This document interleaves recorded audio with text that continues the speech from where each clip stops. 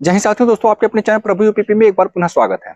दोस्तों यूपीएसआई से संबंधित जो है आपके मन में बहुत सारे सवाल हो रहे होंगे। जितने सारे बच्चे यूपीएसआई की तैयारी कर रहे हैं उनके मन में ये भी सवाल हो रहा होगा कि ये वैकेंसी कब आएगी, कितनी संख्या में आएगी। एज रिलैक्सेशन को लेकर के भी बहुत सारे बच्चों के मन में सवाल हो रहे होंगे।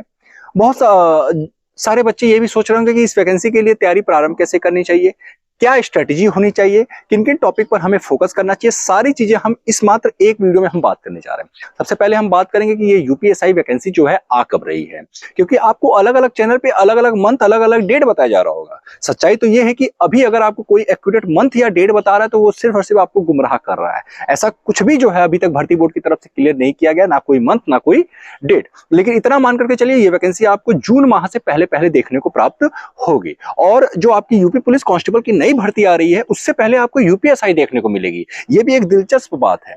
अब आप पूछेंगे कि हमें कैसे पता, तो आप खुद इस चीज को नोटिस करेंगे। जब ये वैकेंसी जब आएगी ना तो आप खुद इस चीज को जान जाएंगे कि सबसे पहले यूपीएसआई की वैकेंसी आई। दोस्तों यूपीएसआई की जो वैकेंसी है हमारी, ये मान करके चलिए आपका अप्रैल से मई माह में जो है ये निकलने के चांसेस हैं।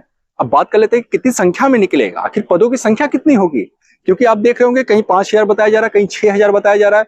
दोस्तों एक चीज मैं क्लियर कर दूं कि ये वैकेंसी जब भी आएगी आपकी 7000 प्लस ये आएगी। आप देख लेना, जब भी इसका विज्ञापन जारी होगा आपको ये संख्या जो मैं बता रहा हूं ऐसे नहीं बता रहा हूं, आपको खुद जो है पता चल जाएगा कि कितनी संख्या में ये वैकेंसी जारी हो रही है। 7000 प्लस पदों पर आपके लिए जो है भर्ती आएगी। और इतना मैं बता दूं कि इस बार जो यूपीएसआई के लिए कंपटीशन रहने वाला है वो बहुत टफ रहने वाला है। पिछली बार की तुलना में जो है और भी ज्यादा टफ होने वाला है। हो सकता है कि इस बार ऐसा पहली बार हो कि यूपीएसआई के लिए 2 परीक्षाएं आपको देनी पड़े। जी हाँ दोस्तों, प्रीलिम्स और मेंस, ये 2 परीक्षाएं आपको देनी पड़ सकती है। उसका कारण क्या है? कारण साफ तौर पे जो पिछली बार जो धांधली को लेकर के जो सवाल उठे थे 2021 भर्ती में, आपसे जो है कि ये बात छिपी नहीं होगी। सोशल मीडिया का जमाना है, हर एक चीज सामने आ जाता है, कितना भी कोई छिपाने की प्रयास करे। तो दोस्तों उसी धांधली को रोकने के लिए प्रीलिम्स और मेंस कराया जा सकता है। अभी ये विचाराधीन है, ठीक है। अभी इसको आप बिल्कुल कंफर्म मत मानिएगा, लेकिन इस पे विचार चल रहा है, ठीक है। हो सकता है इससे रिलेटेड कुछ भी अपडेट आपको बहुत जल्द देखने को प्राप्त हो सकता है। दोस्तों वीडियो में आगे बढ़ने से पहले आपको मैं एक और छोटी सी जानकारी देना चाहता हूं कि एग्जामपुर आपके लिए परिवर्तन बैच ला रहा है, जो कि मात्र 499 रुपए में आपको प्राप्त होगा। दोस्तों सबसे खास बात है इस बैच का कि इसमें आपको कुल 25 एग्जाम्स की रीच मिल जाती है। आप चाहे एसएससी जीडी की तैयारी कर रहे हो, चाहे दिल्ली पुलिस कांस्टेबल की तैयारी कर रहे हो, यूपी पुलिस कांस्टेबल की, यूपीएसआई या फिर यूपी ट्रिपल एससी के अंतर्गत जितनी सारी वैकेंसीज आती है, टोटल मिलाकर के 25 ऐसी वैकेंसीज है जिसकी आप तैयारी कर सकते हैं। और इससे भी खास बात यह है इस बैच का कि ये जो बैच है आपको लाइफ टाइम के लिए मिलेगा। इसका जो अंतिम डेट है 31 मार्च है, लेकिन ध्यान रहे शुरुआत के 5000 बच्चों को ही इस बैच का फायदा मिलेगा। तो दोस्तों देर ना करें, अभी जाएं और इस बैच का फायदा उठाएं। अब दोस्तों हम अपने टॉपिक पर चलते हैं कि एज रिलैक्सेशन क्या मिलेगा या नहीं मिलेगा यूपीएसआई को लेकर के। दोस्तों 2021, जैसा कि आप जानते हो कि लास्ट टाइम जो हमारी यूपीएसआई की वैकेंसी आई थी 2021 में आई थी। अब उसके बाद भी कोरोना काल आया था, ठीक है। अब भर्ती आपकी 4 साल बाद आ रही है। बच्चों की पूरी मांग होगी कि हमें एज रिलैक्सेशन मिलनी चाहिए, ठीक है। इसको लेकर के बच्चे जो है अपना जो भी होगा कानूनी कार्रवाई वो करेंगे भी। लेकिन दोस्तों एक चीज मैं क्लियर कर दूं कि आने वाले समय में आपका विधानसभा का चुनाव है 2027 में, पूरी चांसेस है कि आपको कम से कम 2 साल का एज रिलैक्सेशन मिलना ही मिलना है इस वैकेंसी में, ठीक है। तो जो बच्चे ये सोच रहे हैं कि मैं 1 साल से ओवर एज हो रहा हूं, मैं तैयारी नहीं करूंगा, या फिर ऐसा उनको लग रहा है कि मुझे जो है मौका नहीं मिलेगा, ऐसा बिल्कुल मत सोचिए। तैयारी में लगे रहे, क्योंकि यूपी पुलिस कांस्टेबल में भी बहुत सारे बच्चे ऐसे थे जो कि तैयारी प्रारंभ नहीं कर रहे थे, ये सोचे कि वो ओवर एज हैं। और मैंने उनको मोटिवेट किया था, मैंने उनसे कहा था कि आपको एज रिलैक्सेशन मिलेगा और कम से कम 2 से 3 वर्ष का मिलेगा। और अंततः हुआ भी यही कि 3 वर्ष का एज रिलैक्सेशन वहां मिला। अब मेरे कांटेक्ट में बहुत सारे ऐसे जो है कि बच्चे हैं दोस्तों, उन्होंने तैयारी भी शुरुआत किया और उसके बाद जो है वो अभी के डेट में सेलेक्टेड हैं, फिजिकल भी निकाल चुके हैं, फाइनल मेरिट का इंतजार कर रहे हैं।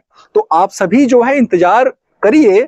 बट अगर आप ये सोच रहे हैं कि आप ओवर एज हो गए हैं, आपको तैयारी नहीं करनी चाहिए यूपीएसआई की, तो ये आपका गलत सोचना है, ठीक है। अगर आप 1 साल या 2 साल ओवर एज हो रहे हैं तो आप जरूर तैयारी करें, क्योंकि आपको मौका मिलेगा। अब दोस्तों बहुत सारे बच्चे ऐसे होंगे कि जो पहली बार यूपीएसआई की तैयारी कर रहे होंगे, उनको ये नहीं समझ में आ रहा होगा कि हम तैयारी प्रारंभ कैसे करें, किस तरीके से हमें तैयारी प्रारंभ करनी चाहिए, किस टॉपिक को हमें जो है पहले कवर करना चाहिए। तो दोस्तों मैथ, रीजनिंग, हिंदी, जीएस, ये चारों टॉपिक से आपके परीक्षा में प्रश्न पूछे जाएंगे। सबसे पहले हम मैथ की बात कर ले तो मैथ बहुत इंपॉर्टेंट रोल निभाएगा आपके सिलेक्शन में। मैथ, रीजनिंग, हिंदी, ये तीनों ही आपके सिलेक्शन के लिए जो है बेस तैयार करेगा। तो इन तीनों को बहुत अच्छे से तैयार करना है। हिंदी में कहूंगा कि अभी आपको नहीं पढ़ना है, अभी आपको मैथ और रीजनिंग, आपको पूरा जितने भी बेसिक वाले चैप्टर है और जितने भी ऐसे चैप्टर जो कि इंपॉर्टेंट है परीक्षा की दृष्टि से, उसको आपको तैयार करना है। अब चाहे आप ऑनलाइन माध्यम से पढ़े, चाहे ऑफलाइन माध्यम से पढ़े, कहीं भी पढ़े, बट आपको तैयार करना है मैथ और रीजनिंग। मैथ और रीजनिंग विशेष तौर पे मैं बताऊंगा कि ये आपके सिलेक्शन में अहम भूमिका निभाएगा। हिंदी तो मैक्सिमम सभी बच्चे कर लेते हैं। अब बात करें अगर जीएस की, तो दोस्तों जीएस में मूल विधि का रोल बहुत अहम हो जाता है। 13 से 14 प्रश्न आपका अकेले मूल विधि से पूछा जाता है। मूल विधि में ही आपके जो है आईपीसी, सीआरपीसी, एक्ट्स और उसके बाद संविधान के क्वेश्चंस इंक्लूडेड थे। अब जो है नया आपके जो है कि मूल विधि में जुड़ जाएगा वो है आपका बीएनएस। ठीक है, बीएनएस जो कि आप जानते होंगे 1 जुलाई 2024 से जो है हमारे देश में लागू हुआ है। ठीक है, इसके जो धाराएं हैं टोटल 358 धाराएं हैं जो कि आपके परीक्षा की दृष्टि से इंपॉर्टेंट है।